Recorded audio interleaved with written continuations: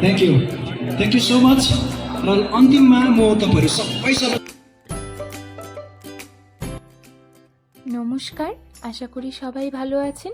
আমার channel dish daily লাইফে সবাইকে স্বাগত। বহুদিন পর আবার ব্যাগপত্র গুছিয়ে নিয়ে বেরিয়ে পড়েছি কয়েকটা দিন ছুটি কাটাতে। এই একঘেয়ে বিশ্রী গরমে হাঁপিয়ে উঠে একটু স্বস্তি খুঁজে নিতে সব বন্ধুরা মিলে চললাম সিকিম। এই যে সবাই আমরা এক জায়গায় হয়ে গেছি, আর হয়েই দেখুন শুরু হয়ে গেছে আমাদের গল্প, আড্ডা আর হুল্লোড়। কতদিন পর আবার সবাই এক জায়গায়। যদিও ফোনেই সব প্ল্যানিং আর প্রস্তুতি সারা হয়ে গেছিল, আর আমরাও সেই মতো কর্ণাটক থেকে বাড়ি চলে আসি। আর ব্যাস, তারপর নির্দিষ্ট দিনে দিয়ে দিলাম রওনা। এই যে আমাদের ট্রেনও চলে এসেছে, আর সবাইকে দেখেই বুঝতে পারছেন সবাই কতটা খুশি।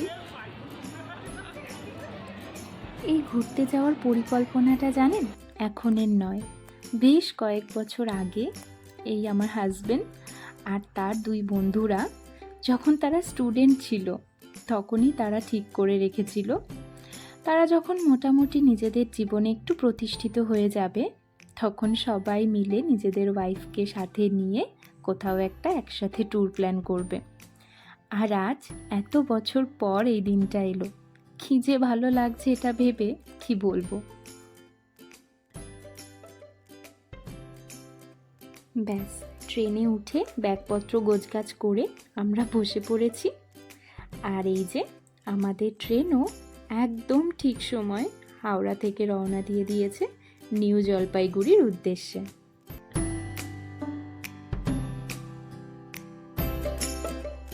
দাদার এইটা তুলতে হবে, ওজন বাড়ছে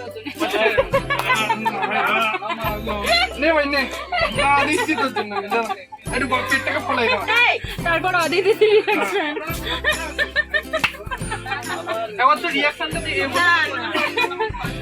এই কথাটার সাথে কতটা অ্যাপ্রিশিয়েট করছো।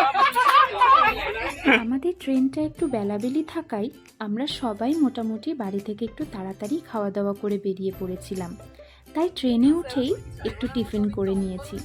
আর এই যে টি ব্রেকও হয়ে গেছে, যে যার বাঙ্কে শুয়ে চা খাওয়া চলছে আর তার সাথে চলছে গল্প।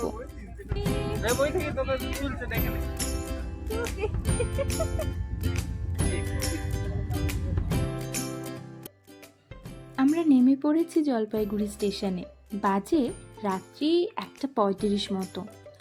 আমাদের ড্রাইভার দাদাকেই ফোন করে জানতে পারি তার এসে আমাদের পিক আপ করতে মোটামুটি সকাল 7:30 বাজবে। তাই এতটা সময় কাটানোর জন্য একটু খোঁজ করে দেখলাম স্টেশনের মধ্যেই যাত্রীদের জন্য একটা কূপের ব্যবস্থা রয়েছে, সেটাই আমরা ভাড়া করে নিলাম একটু রেস্ট নেওয়ার জন্য।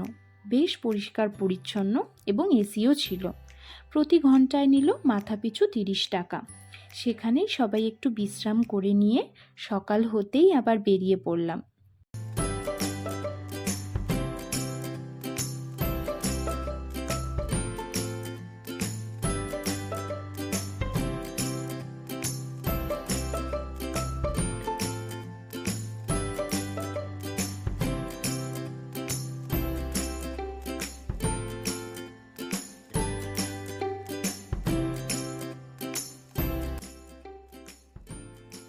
চারিদিকটা এত অপূর্ব সুন্দর, দেখে যেন মনটা 1000 গুণ ভালো হয়ে যায়।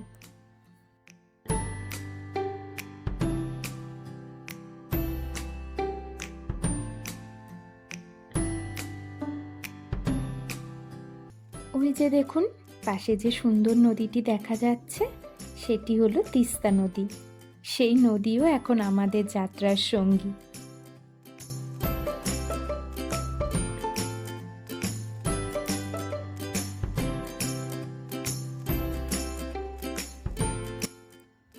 যেহেতু নিউ জলপাইগুড়ি থেকে গ্যাংটকের দূরত্ব অনেকটা সময়ের, তাই অনেকক্ষণ একটানা চলার পরে মাঝপথে একটু দাঁড়ানো হলো। সবাই একটু ফ্রেশ হয়ে কিছু একটু খাওয়া দাওয়া করে নিয়ে আবার রওনা দেব। এই যে যে যার পছন্দসই খাবার অর্ডার করে দিয়েছে। কেউ ভেজ মোমো, কেউ চিকেন মোমো, কেউ আবার কচুরি, তো কেউ আলুর পরোটা। ব্যাস, খাওয়া দাওয়া হয়ে গেছে, এবার রওনা দিয়ে দিলাম।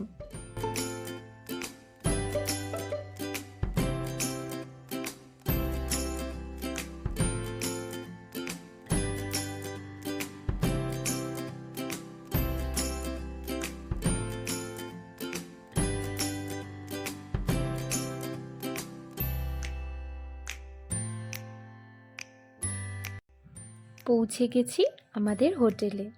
কি অপূর্ব সুন্দর জায়গা দেখুন, চারিপাশে যেদিকেই চোখ যায় সেদিকটাই সুন্দর।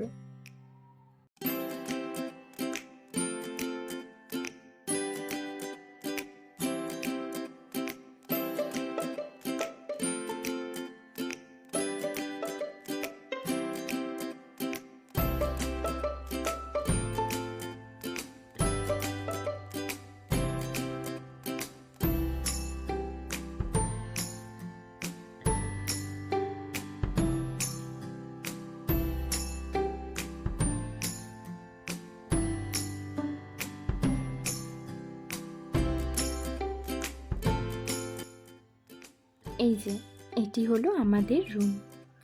বাকি সবাই তাদের নিজেদের রুমে চলে গেছেন। চলুন আপনাদের রুমটা একটু ঘুরিয়ে দেখাই।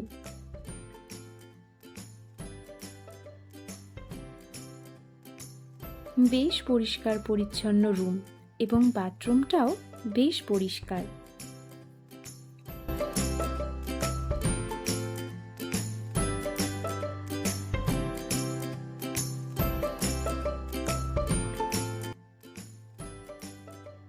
তাছাড়াও এই হোটেলের অন্যান্য পরিষেবা, বিশেষত খাওয়া দাওয়া বেশ ভালো। সবাই আমরা স্নান টান করে ফ্রেশ হয়ে চলে এসেছি খাওয়ার জায়গায়।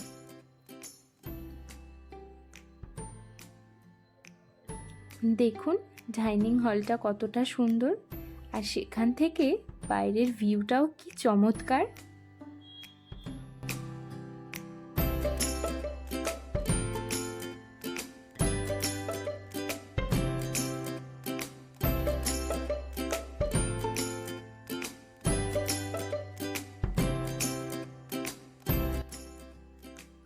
খাওয়া দাওয়া সেরে আমরা চলে এসেছি 5তলা হোটেলের ছাদের ওপরে।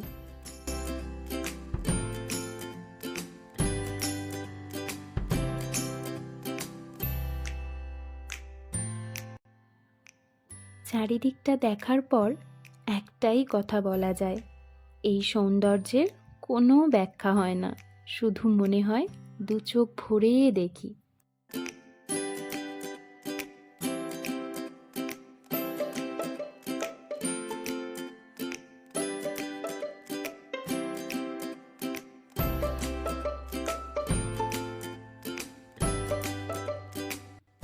তারপর সবাই একটু বিশ্রাম করে নিয়ে সন্ধ্যের সময় চলে এলাম গ্যাংটকের মূল আকর্ষণ এমজি মার্গে।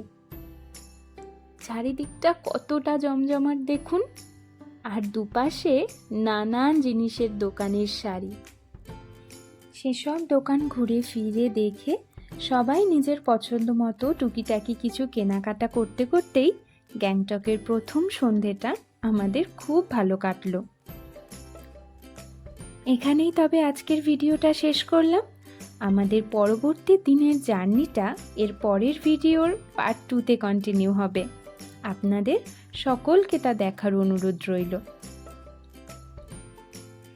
এই ভিডিওটি কেমন লাগলো অবশ্যই কমেন্টে জানাবেন।